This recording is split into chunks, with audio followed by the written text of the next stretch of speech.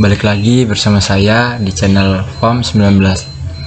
Di pembahasan kali ini kita ingin melanjutkan materi yang sebelumnya. Jadi kita buka dulu PPT yang telah kita buat. Di sini saya ingin membahas materi mengenai pemrograman bahasa C++. Jadi pada materi kali ini kita memiliki rumusan masalah. Yang pertama, bagaimana penulisan struktur dasar bahasa pemrograman C++. Yang kedua, bagaimana penulisan statement dan ekspresi pada bahasa pemrograman C++. Yang ketiga, apa yang dimaksud dengan data dan tipe data dalam bahasa pemrograman C++.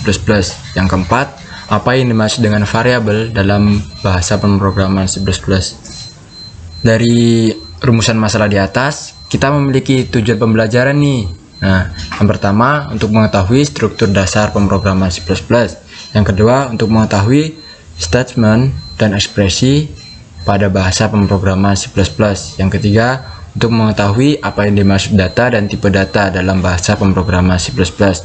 Yang keempat ini untuk mengetahui apa yang dimaksud dengan variabel pada bahasa pemrograman C++. Jadi itu tadi tujuan pembelajaran pada materi kali ini. Kita next pada slide selanjutnya. Di sini ada sedikit pengantar pada bahasa pemrograman. Pada dasarnya setiap bahasa pemrograman itu sama-sama mempunyai variabel, loop, fungsi, statement, dan lain-lain. Namun yang membedakan adalah sintak dan simbol yang digunakan. Sintak sendiri merupakan aturan, prinsip, dan proses yang mengatur struktur dari bahasa pemrograman. Bahasa pemrograman C++ adalah bahasa yang lahir dari bahasa C. Saya yakin jika kamu sudah memahami bahasa C, kamu dapat dengan mudah memahami bahasa pemrograman C++. Ya, di sini ada beberapa penulisan sintak dasar pemrograman C++. Struktur dasar pemrograman C++.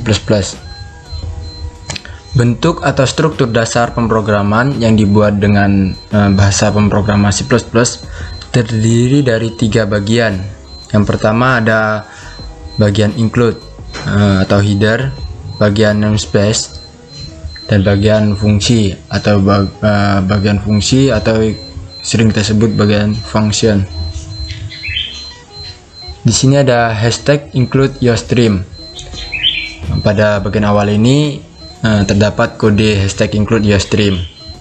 Perintah hashtag include dipakai untuk memasukkan sebuah file khusus yang memungkinkan seorang user mengakses berbagai fitur tambahan dalam bahasa pemrograman C++. Dalam contoh di atas, file yourstream terdiri dari kode program agar nantinya user dengan mudah mengakses perintah input atau output seperti cout dan cin. Yourstream sendiri merupakan singkatan dari input output stream. Dengan kata lain, agar di dalam kode program nanti kita bisa menggunakan perintah cout, di bagian paling atas kode program C++ harus terdapat barisan hashtag include yourstream. File include ini juga sering disebut sebagai file header. Jadi maksudnya file header itu apa sih bang ya? File header itu seperti library agar nantinya komputer itu mudah mencari file mana yang terbaca. Contohnya di sini yourstream. Yourstream itu kan maksudnya data yang kita masukkan nanti berupa input dan output gitu. Jadi makanya kita buat hashtag include iostream. Jadi nanti file yang terbaca itu sebuah program yang memasukkan nilai dan keluaran. Jadi kita menggunakan hashtag include yourstream. Ada beberapa header juga, tapi di sini kita ada batasannya lah. Kita di sini mempelajari tentang sebuah header yang namanya yourstream itu. Jadi di sini ada using namespace std. Using namespace std digunakan untuk merangkum perintah input dan output. Nah, jadi di sini kita awali tadi headernya kan berupa IOStream. Jadi di sini kita menggunakan using namespace std karena seprogram bahasa C++ itu menggunakan awalan teks untuk masukan dan keluarannya itu menggunakan teks std. Jadi using namespace std ini kita gunakan untuk mempermudah kita nanti untuk memasukkan inputan dan output, untuk mengeluarkan outputannya itu tanpa mengetikkan teks std lagi. Nah, jadi sini ada int main. Int main pada dasarnya merupakan sebuah fungsi atau function. Isi dari function ini diawali dan diakhiri dengan tanda kurung kurawal.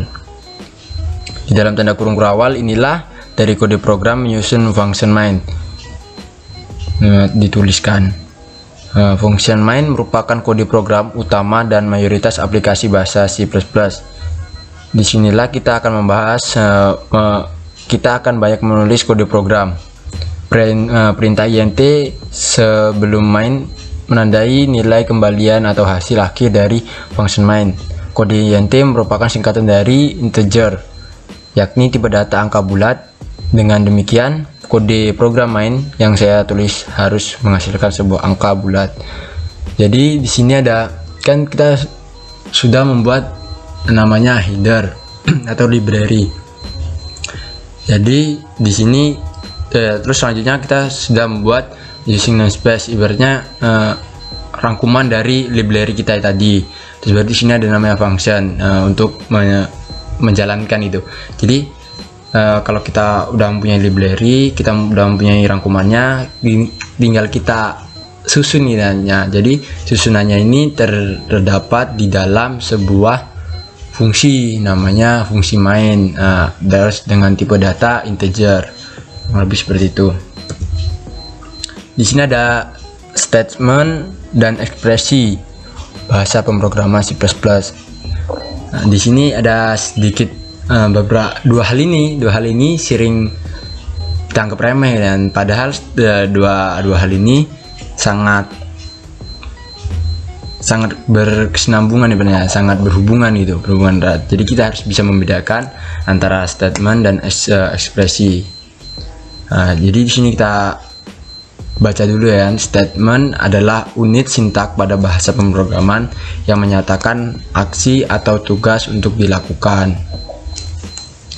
Kita contohkan, untuk membuat variabel x itu sama dengan 1 dan menampilkan tugas ke layar. Jadi statement ini adalah aksi atau perintah untuk komputer menyelesaikan tugasnya. Jika ekspresi adalah entitas sintaks pada bahasa pemrograman yang menghasilkan sebuah nilai. Jadi perintah yang kita masukkan nanti itu akan ada nilai nilainya itu diketahui. Biasanya ekspresi terdiri dari konstanta, variabel, fungsi, dan operator. Contohnya penjumlahan nilai x dengan 1. Yang kedua, untuk menghitung akar kuadrat. Jadi di sini kan sudah sedikit lah kan contoh dari statement dan ekspresi ini. Kalau kita pahami, ekspresi ini ibaratnya ada yang diketahui dan nanti akan keluar hasil itu. Kalau statement itu lebih ke tugas yang dijalankan. Coba kita pahami pada kata kunci yang harus kalian ingat. Statement itu melakukan tugas tertentu, mempunyai ciri khas itu tanda sama dengan. Sedangkan ekspresi menghasilkan nilai. Jadi setiap perintah yang menghasilkan nilai punya tanda penjumlahan, perkalian, pengurangan, dan banyak lagi. Baik, kita next pada slide selanjutnya. Di sini ada data dan tipe data program C++. Jadi ada sedikit pengantar mengenai data dan tipe data. Sebelum sampai ke jenis tipe data dalam bahasa pemrograman C++, ada baiknya membahas sedikit apa itu yang dimaksud dengan tipe data. Ini kita kutip dari Wikipedia. Tipe data adalah sebuah pengelompokan data untuk memberitahu compiler atau interpreter bagaimana programmer ingin mengelola data tersebut. Secara sederhana, tipe data adalah cara memberitahu komputer untuk mengelompokkan data berdasarkan apa yang dipahami oleh komputer. Sebagai contoh, misalnya saya memiliki data berupa angka.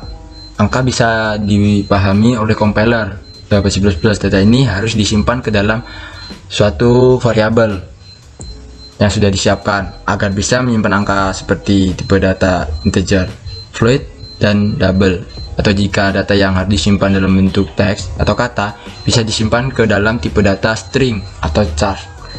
Char itu termasuk suatu tipe data teks yang sederhana, lebih seperti itu. Nah, jenis-jenis tipe data dalam bahasa pemrograman C++ secara garis besar terdapat dua kelompok tipe data dalam bahasa C++, yakni tipe data sederhana, primitive data types, dan tipe data kompleks, non-primitive data types. Primitive data type terdiri dari tipe data berikut. Di sini ada integer, yaitu bilangan bulat. Terus ada tipe data float. Kalau double tipe data double ini sering digunakan untuk bilangan pecah yang nominalnya itu koma-komanya itu banyak gitu. Jadi float itu yang lebih sederhana kayak 3,14, sedangkan yang double itu yang 0,00024. Dan tipe data boolean, tipe data yang terdiri dari nilai true, nilai benar atau nilai salah. Itu nama tipe datanya itu tipe data boolean. Tipe data char, tipe data untuk satu karakter seperti A, Z, atau persen. Itu termasuk dalam tipe data char. Banyak karakter huruf itu yang lebih sederhana gitu. Baru ada tipe data khusus yang menyatakan tidak ada data void. Baru tipe data yang selanjutnya adalah non-private data type. Di antaranya tipe data string, tapi data untuk pengumpulan karakter seperti. Nah, jadi di sini ada tipe data yang menggunakan teks ya. Menggunakan teks seperti Andi, Farm, atau belajar C++. Tipe data array, tipe data untuk kumpulan tipe data lain yang sejenis. Tipe data structure atau structs, tipe data yang terdiri dari kumpulan tipe data berdasar.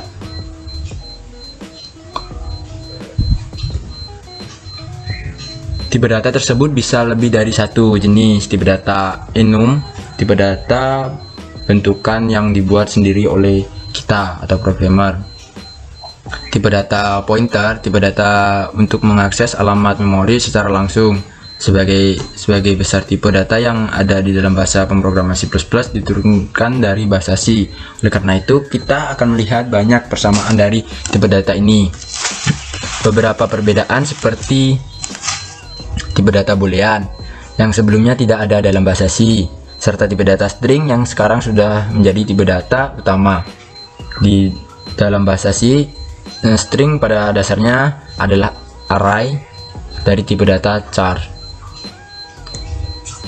Di sini kita masuk pada pembahasan pengertian variabel pada bahasa pemrograman C++. Pengertian variabel dalam bahasa C++. Variabel adalah penanda identitas yang digunakan untuk menampung suatu nilai. Secara teknis, variabel merujuk ke sebuah alamat di memori komputer atau random access memory. Ketika kita membuat sebuah variabel, satu slot memori akan disiapkan untuk menampung nilai tersebut. Setiap variabel memiliki nama yang dipakai sebagai identitas variabel. Sesuai dengan namanya, isi variabel bisa merubah sepanjang kode program. Sebagai contoh, jika saya mempunyai program hitung luas persegi, maka bisa menyiapkan variabel panjang dan lebar yang diisi dengan nilai 10 dan 12. Nantinya isi variabel panjang dan lebar bisa ditukar dengan angka 35 dan 40 atau angka lain. Variabel juga bisa dipakai untuk menampung nilai inputan. Misalnya jika kita ingin nilai panjang dan lebar diisi oleh user atau pengguna aplikasi. Terkait tentang cara input data ke dalam kode program C++ akan kita bahas dalam tutorial terpisah. Untuk definisi yang lebih teknis, berikut pengertian variabel dari Wikipedia. Jadi di sini saya mengutip dari pengertian variabel dari Wikipedia. Variabel adalah lokasi penyimpanan atau satu alamat di memori yang diwakili oleh sebuah nama. Jadi variabel itu penyimpanan sementara yang diwakili oleh sebuah nama. Bisa kita buat variabelnya luas, panjang, seperti itu. Variabel terisi nilai yang jumlahnya sudah atau belum diketahui. Jadi variabel itu bisa kita buat jumlah nilainya itu sudah diketahui atau belum itu. Seperti kayak nilai konstanta, variabelnya kan ada. Terus baru ada juga yang variabel belum diketahui. Berikut saya sajikan kembali aturan penamaan variabel di dalam bahasa pemrograman C++. Yang pertama, variabel biasa terdiri dari huruf, angka, dan karakter atau underscore atau garis bawah. Karakter pertama dari variabel hanya boleh berupa huruf dan underscore, tidak bisa berupa angka. Meskipun dibolehkan, sebaiknya tidak menggunakan karakter underscore. Sebaiknya awal dari variabel karena bisa berbentrok dengan beberapa variabel setting program. Variabel harus selain dari keyword. Sebagai contoh, kita tidak bisa memakai kata int sebagai nama variabel.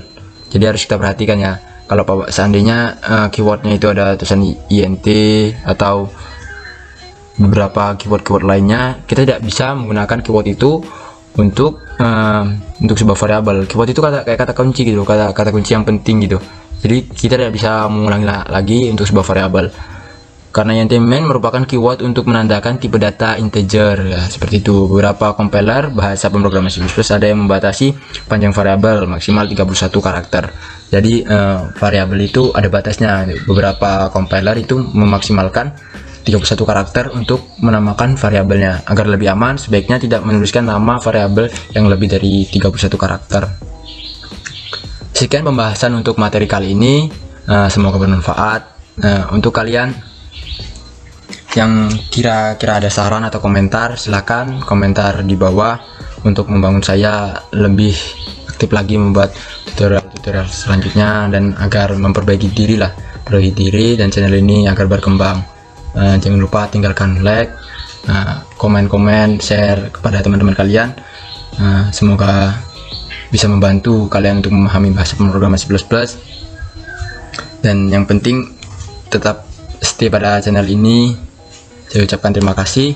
Saya akhiri. Assalamualaikum warahmatullahi wabarakatuh. See you next time.